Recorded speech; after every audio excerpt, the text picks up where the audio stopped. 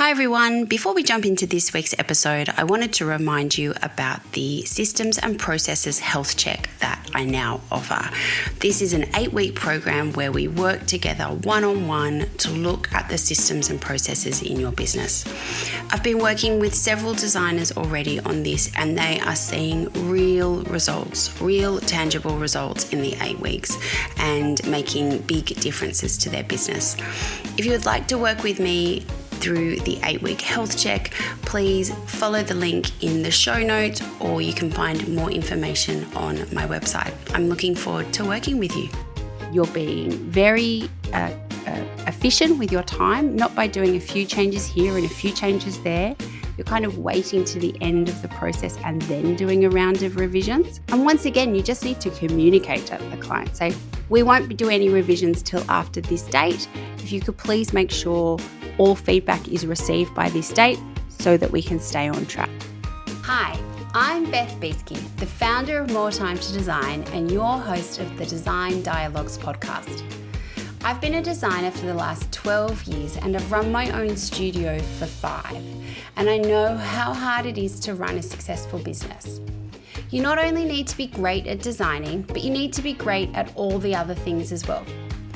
I created More Time to Design, a software platform to help designers run efficient studios, and I've created the Design Dialogue podcast to help us all learn together. Each week, we will meet professionals who are at the top of their game doing things that help us run our studios.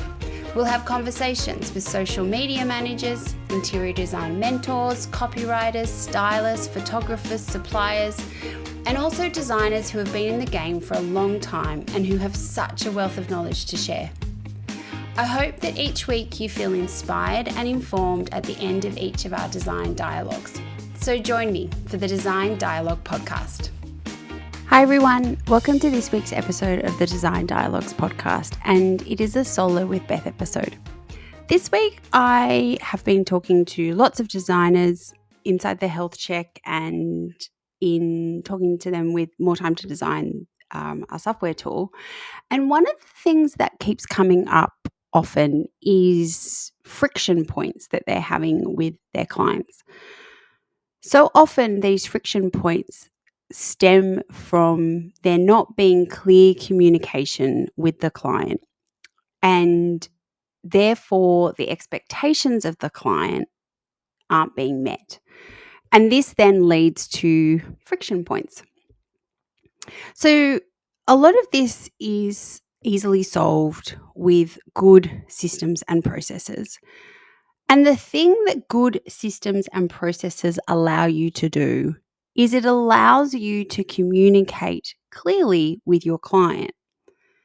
It might be through the documentation that you're sending throughout the pre-client phase. It might be the emails that you're sending, the wording that you're using in those emails, which is clearly stating to the client what's happening next, what they should expect, how long should it take, the timing of things. And so often these friction points that designers are seeing come down to just that communication and expectation setting not being there. And the thing about friction points is they're not nice. It's not nice having a client that's not happy with us. It zaps our energy. It takes time away from other client work. It usually means that you are doing work that you're not being that you're not being paid for. So being able to remove these friction points in your business is just going to mean that you're going to have a smoother process. And ultimately, we want, a project to happen with as few of these friction points as possible. Because what that then means is that the client is going to love the project and the process. And they're not just going to love the end product, but they're going to have loved working with you and the process with which you took them through. And that means you're going to have a client at the end of the project who is going to be really happy to recommend you, to advocate for you, and to leave a glowing testimonial. So I thought I would give you 3 examples today of where I'm seeing designers having regular friction points and how you can fix those with some adjustments to your communication. So the first one is around the budget not being clear. And I'm just going to say from the outset, as a studio owner or someone who is talking to the client, you need to be comfortable talking about money, whether that be your fees or the budget for the project. You need to feel comfortable talking about money. Understanding the budget for the project is so important. And you need to get this information out of the client really early on, like before they've even become a signed client. It doesn't have to be an exact number, but it does have to be relatively accurate. By knowing what the client's budget is, this is going to allow you to design accordingly. We all know as designers, if we take the example of a bathroom, we know that you can design a bathroom for $50,000. You can also design a bathroom for $200,000. And that is part of our skill, being able to design a bathroom that functions well and looks good at any budget level. But if the client isn't upfront with you from the start around what your budget is, and let's say, for example, you have designed a bathroom that is $150,000, and really their budget is $100,000. It then becomes very hard to take that design back. The client has fallen in love with what you've designed.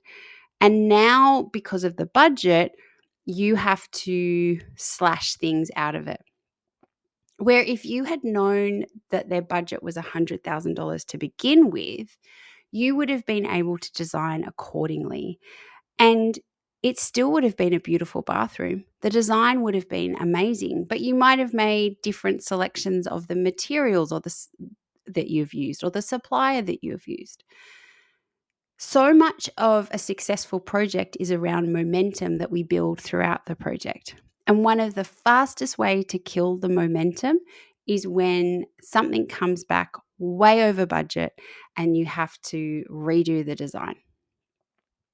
So being clear with the client around what their budget is and having clear communication around that throughout all of your pre-client stage, and then also reconfirming that in your initial kickoff meetings once they are a signed client is really, really important. The second thing that I have seen coming up regularly is around feedback from clients.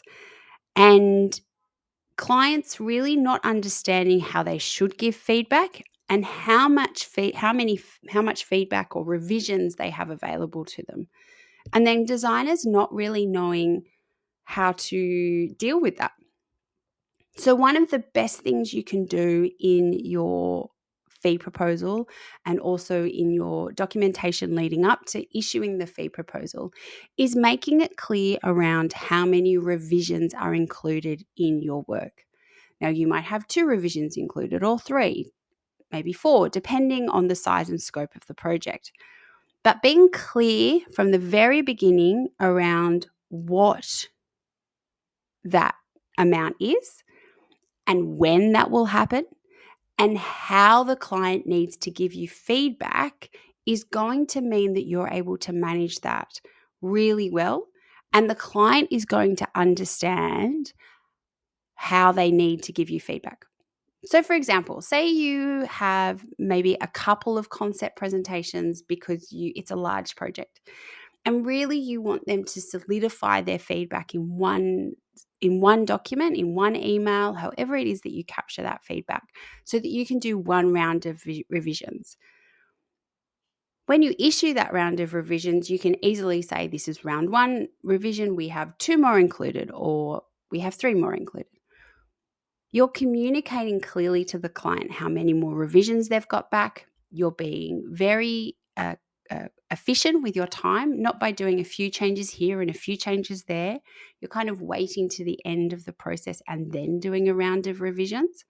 And once again, you just need to communicate to the client. Say, we won't do any revisions till after this date. If you could please make sure all feedback is received by this date so that we can stay on track. Similarly, once you've issued your, say, second round of revisions, you can say this is our second round of revisions. Just to make you aware, we have one more round of revisions included. Any changes after that will be billed at our hourly rate. Clear and concise communication is so important, but you can't just drop that into an email. You need to have kind of said that at the start. It needs to be included in your fee proposals. You need to talk through the client about that. Remember, they might not actually know what you mean by 3 sets of revisions are included. Is that 3 major revisions, or is it every little tweak? Is that a revision? So being clear about what it is, what's involved at the start of the process, but then also being clear and concise in your communication throughout the process is key. You also have to remember, so many of these people that we work with, they might not have ever done a design and build project before. So the part of our role is to educate them about how they need to act throughout this process. The third one is around invoicing for furniture items. And this is one that I've seen come up a lot lately. So a really good way of setting up your week is that you have one day, one morning, one afternoon where you are doing all of your invoicing. So it might be that you're doing your you're invoicing out, and you're also paying all the invoices that you need to furniture suppliers and whoever else. If I use the example of a piece of furniture that is going into a shipment, so you have a cutoff date with the supplier that you need to have placed the order by X day to ensure that that piece of furniture will get into the container with the delivery of X date, 3 months down the path. And this is a common scenario with so many, especially overseas furniture suppliers, where they have shipment dates that they have closure on. Now, if you've issued the invoice to your client to say, here is the deposit invoice for this piece of furniture, you need them to pay the invoice in plenty of time so that you can pay the furniture supplier in a timely manner that sits within your weekly process. So think about it. If you don't have the client's money in your account by the day that you are sitting down to pay your invoices, 2 things are either going to happen. You either need to pay that invoice at another time, which will disrupt your whole week, or you need to wait a week until you pay that invoice. Now, that might sometimes be possible, but if you are working towards a shipment date, that would mean that the furniture would be delayed. So this can be easily fixed by, when you send the invoice, firstly, send it with plenty of time. Don't leave it to the last minute. And then when you do send the invoice, clearly state, payment on this invoice needs to be made by this date so we can ensure we meet container cutoffs or supplier cutoff timelines. And then possibly schedule a follow-up email if that invoice hasn't been paid. Now, this is just something that helps. We so often think that clients aren't paying an invoice for a particular reason. And generally it's just because they're busy. We're all busy, lives get busy. You read an email and then before you know it, it's a couple of weeks later and you haven't got a chance to get back to it yet. But being very clear in the communication around when you need them to do something, so setting the expectation of their behavior is so crucial, because then that means that their behavior is not disrupting your workflow. And that is so much part of the feeling of being in control of your studio. So often, one of the overarching things of all of these kind of friction points with clients is that we no longer feel in control of our studio. We feel like the clients are running the projects. So they are just 3 friction points that I'm sure a lot of you have experienced, and that can easily be resolved with clear and concise communication. Of course, all of this clear and concise communication really hangs off the framework of your systems and processes. And of course, if you want any help with your systems and processes, please reach out. I'd love to chat. I hope you've enjoyed this week's episode, and I will see you for our next Design Dialogue. Thank you for listening to this Design Dialogue. I hope you have found it full of inspiration and helpful information to take into your design studio. If you like the podcast and want to hear more, consider sharing it or writing a review, as it helps us reach more people, and follow us wherever you get your podcasts. If you would like to unlock the power of effortless studio management and elevate your design business to new heights, please follow the links in our show notes to see how more time to design can help you build a better business. Have a great week, and I will see you for our next Design Dialogue.